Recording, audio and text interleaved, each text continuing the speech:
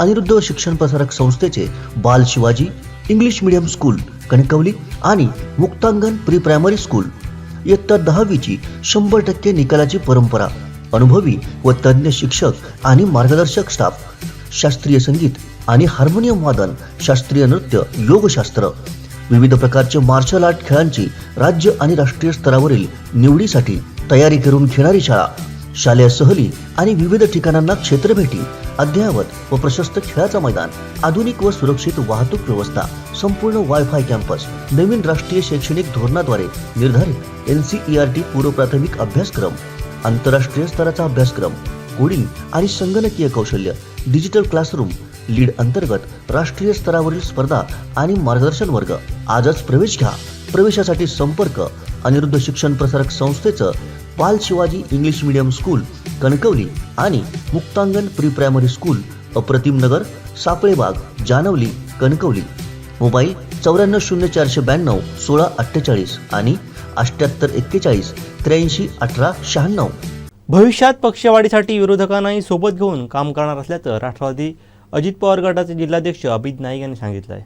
सिंधुदुर्ग जिल्ह्यामध्ये राष्ट्रवादी काँग्रेस पक्षाचे अजित पवार गटाचे नवनिर्वाचित जिल्हाध्यक्ष यांनी आज पत्रकार परिषद घेऊन सांगितले की पक्षवाढीसाठी आपण प्रयत्न करणार आहोत आणि भविष्यात जो काही निर्णय पक्षश्रेष्ठी देतील तो आम्हाला मान्य असणार आहे. आज आपण त्यांच्याशी जी पहिली त्यांनी पत्रकार परिषद घेतली त्याच्या संदर्भात आपण त्यांची चर्चा करणार आहोत. साहेब, आज तुम्ही जी पत्रकार परिषद घेऊन सांगितली की पक्ष तुमची जिल्हाध्यक्ष म्हणून पहिली नियुक्त झाली, त्याबद्दल तुमचं अभिनंदन कोकण साधलाईकडून. तुम्ही भविष्यात कशा पद्धतीने पक्षपालनी कराल, काय सांगताय? प्रथमतः आदरणीय अजितदादा पवारसाहेब, आदरणीय तटकरे साहेब यांचं मी आभार व्यक्त करून मला जी जबाबदारी दिली आहे, मला आणि कार्याध्यक्ष काका कुडाळकर यांना, आम्ही दोघेही प्रामाणिकपणे पहिला आधी तळागाळातील कार्यकर्ता जो अजून कामाला लागला नाही आहे, जो राष्ट्रवादी मानतो त्या कार्यकर्त्याला उठवण्याचं काम ग्रामीण भागात जाऊन पहिलं आम्ही करणार आहोत. त्यानंतर त्या कार्यकर्त्यांना भेटून त्यांना संघटनेच्या प्रवाहात कसं आणायचं, त्यांना कसा विश्वास द्यायचा, त्यांना कशी ताकद द्यायची. काही लोकांच्या आर्थिक अडचणी असतात, काही लोकांचे काही अनेक अडचणी, त्यांच्यावरती कसा पर्याय काढता येईल. आणि आजच्या ह्या जिल्ह्यातल्या राजकीय स्वरूपात पाहिलं तर आमच्यापेक्षा मातब्बर नेते या जिल्ह्यात कार्यरत आहेत. त्यामुळे मला एक विश्वास आहे की राष्ट्रवादीला मी गेल्या 5 वर्ष म्हणजे 2008 ते 2014 राष्ट्रवादी युवकचं काम केलेलं आहे आणि 8ही तालुक्यांमध्ये मी फिरलेलो आहे आणि त्या तालुक्यांमध्ये माझी एक ओळख आहे. आणि तो कार्यकर्ता म्हणजे त्यावेळी तो साधारण 35शीतला असेल, तो आज 45शीत गेलेला आहे. तर ते कार्यकर्ते जे आहेत ते मला कायम संपर्कात असतात की आम्ही काही व्यक्तींच्या विरोधात आहोत, आम्ही राष्ट्रवादीला मानणारे आहोत, पण आम्ही सक्रिय राहू शकत नाही, आमची कामं होत नाहीत.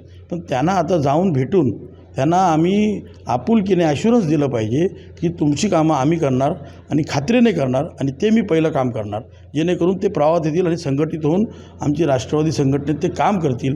त्यानंतरच त्यांना तालुका कार्यकारिणी म्हणा किंवा जिल्हा कार्यकारिणी म्हणा, ज्या माणसाबरोबर 5 कार्यकर्ते असतील त्यालाच संघटनेचं काम दिलं जाईल. राष्ट्रवादी शरद पवार गटाकडून जे जिल्हाध्यक्ष होते त्यांनी एक आरोप केला होता की तुम्ही सक्रिय सदस्य देखील नाही, त्याबद्दल क्रियाशील सभासद नोंदणीचा फॉर्म मी दिला आहे.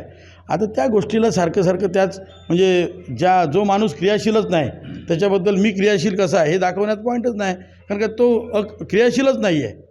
त्याने आजपर्यंत पक्ष संघटना होती ती संपवली. आता काका कुडाळकरनं त्या पक्षात घेऊन त्याला संपवण्याचा घाट त्यांनीच केला. कुडाळ नगरपंचायतीत काय केलं, ह्यांना उभं केलं आणि त्यांच्या विरोधातल्या माणसांना मदत केली, हे समोर दिसतं आहे. त्यामुळे त्यांच्याबद्दल बोलण्यात काय अर्थ नाही. आपण पक्ष संघटनेचं काम करू. आणि मगाशी मी प्रेसमध्येच सांगितलं आहे की मी ह्या गोष्टींकडे ह्या लोकांच्याबद्दल जास्त बोलेन तेवढं त्यांचं महत्त्व वाढणार. त्यांना मी महत्त्व देऊ इच्छित नाही. मी माझं पक्षाचं काम करणार.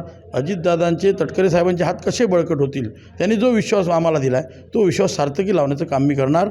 आणि ह्या पुढील काळात सर्वसामान्य कार्यकर्त्याला सगळी ताकद देण्याची तयारी आम्ही दोघांनी दर्शवली आहे. कुडाळकर साहेब, सिंधुदुर्गातही अशा पद्धतीने पुढील निवडणुकांना मगाशी काका कुडाळकरांना पत्रकारांनी प्रश्न केला, त्यात तसंच उत्तर माझं आहे.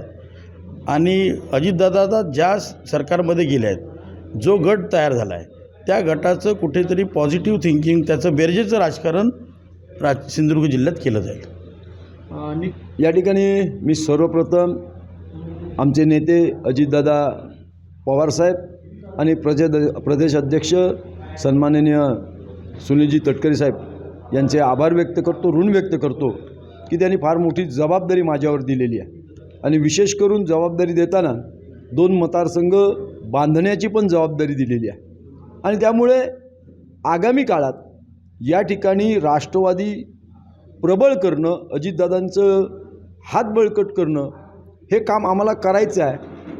आजच्या परिस्थितीत गेले काही वर्ष राष्ट्रवादी म्हणून जे काम झालं त्यामुळे राष्ट्रवादीच्या विचाराची मंडळी पक्षापासून दूर गेली आहे ही वस्तुस्थिती आहे आणि त्यामुळे आम्हाला पहिल्यांदा राष्ट्रवादीच्या विचाराची जी मंडळी आहेत त्या मंडळींना सर्वप्रथम समजूत काढून अजितदादांसारखं नेतृत्व आपल्याला मिळालं हे ठासून सांगून त्यांना पुन्हा प्रवाहात आणायचं आहे. आणि त्याचबरोबर मला विश्वास आहे की मी सुरुवातीपासून शिवसेनेचं काम केलेलं होतं, एक प्रभावी जिल्हा परिषद अध्यक्ष म्हणून काम केलेलं होतं, प्रशासनावर वचक असलेलं काका कुडाळकर म्हणून ओळख आहे आणि त्यामुळे माझे काही सहकारी अजूनही या सगळ्या परिस्थितीत शांत आहेत. त्या पदाधिकाऱ्यांना भेटून पुन्हा राजकीय प्रवासात आणण्याचं कामसुद्धा मी करणार आहे आणि त्यामुळे जुने प्रवाहात नसलेले राष्ट्रवादीचे कार्यकर्ते, अजितदादांवर विश्वास ठेवणारे कार्यकर्ते, अधिक आमच्या समवेत काम केलेलं, आमच्या कार्यावर विश्वास ठेवून ज्यांनी अजूनही आम्हाला मांडणारा जो वर्ग आहे ते कार्यकर्ते आहेत, शिवसेनेचे असतील, त्यांना राष्ट्रवादीच्या या प्रवाहात आणण्याचं काम आम्हाला करायचं आहे आणि हे ज्यावेळी काम होईल त्यावेळी निश्चित राष्ट्रवादीची एक ताकद, अजितदादांची एक ताकद, तटकरे साहेबांच्या पाठीमागे असलेला एक वर्ग या ठिकाणी प्रकर्षानं उभा राहिलेला तुम्हाला दिसेल. अभित नाईक यांनी आज आपल्याला सांगितलं आहे की राष्ट्रवादी अजित पवार गटाची जी राष्ट्रवादी आहे ती जिल्ह्यामध्ये वाढवण्यासाठी आपण प्रयत्न करणार. कार्याध्यक्ष काका कुडाळकर देखील होते, त्यांनी सांगितलेलं आहे की आपण जो कार्यकर्ता आपल्यापासून लांब गेलेला होता, राष्ट्रवादीपासून लांब गेलेला होता, तो आपण एकत्र आणून त्यांना नवीन प्रेरणा देणार अशा पद्धतीचं इथे त्यांनी पत्रकार परिषदेत सांगितलेलं आहे. त्यामुळे भविष्यात राष्ट्रवादीची कशा पद्धतीने रणनीती असेल आणि कशा पद्धतीने कार्यकर्त्यांना आपल्याला एकमेकांना सामावून घेऊन काम करणार हे आपल्याला बघावं लागणार आहे. कॅमेरामन साहिल बागवेसह उमेश बुचडे, कोकण सात लाईव्ह, कणकवली.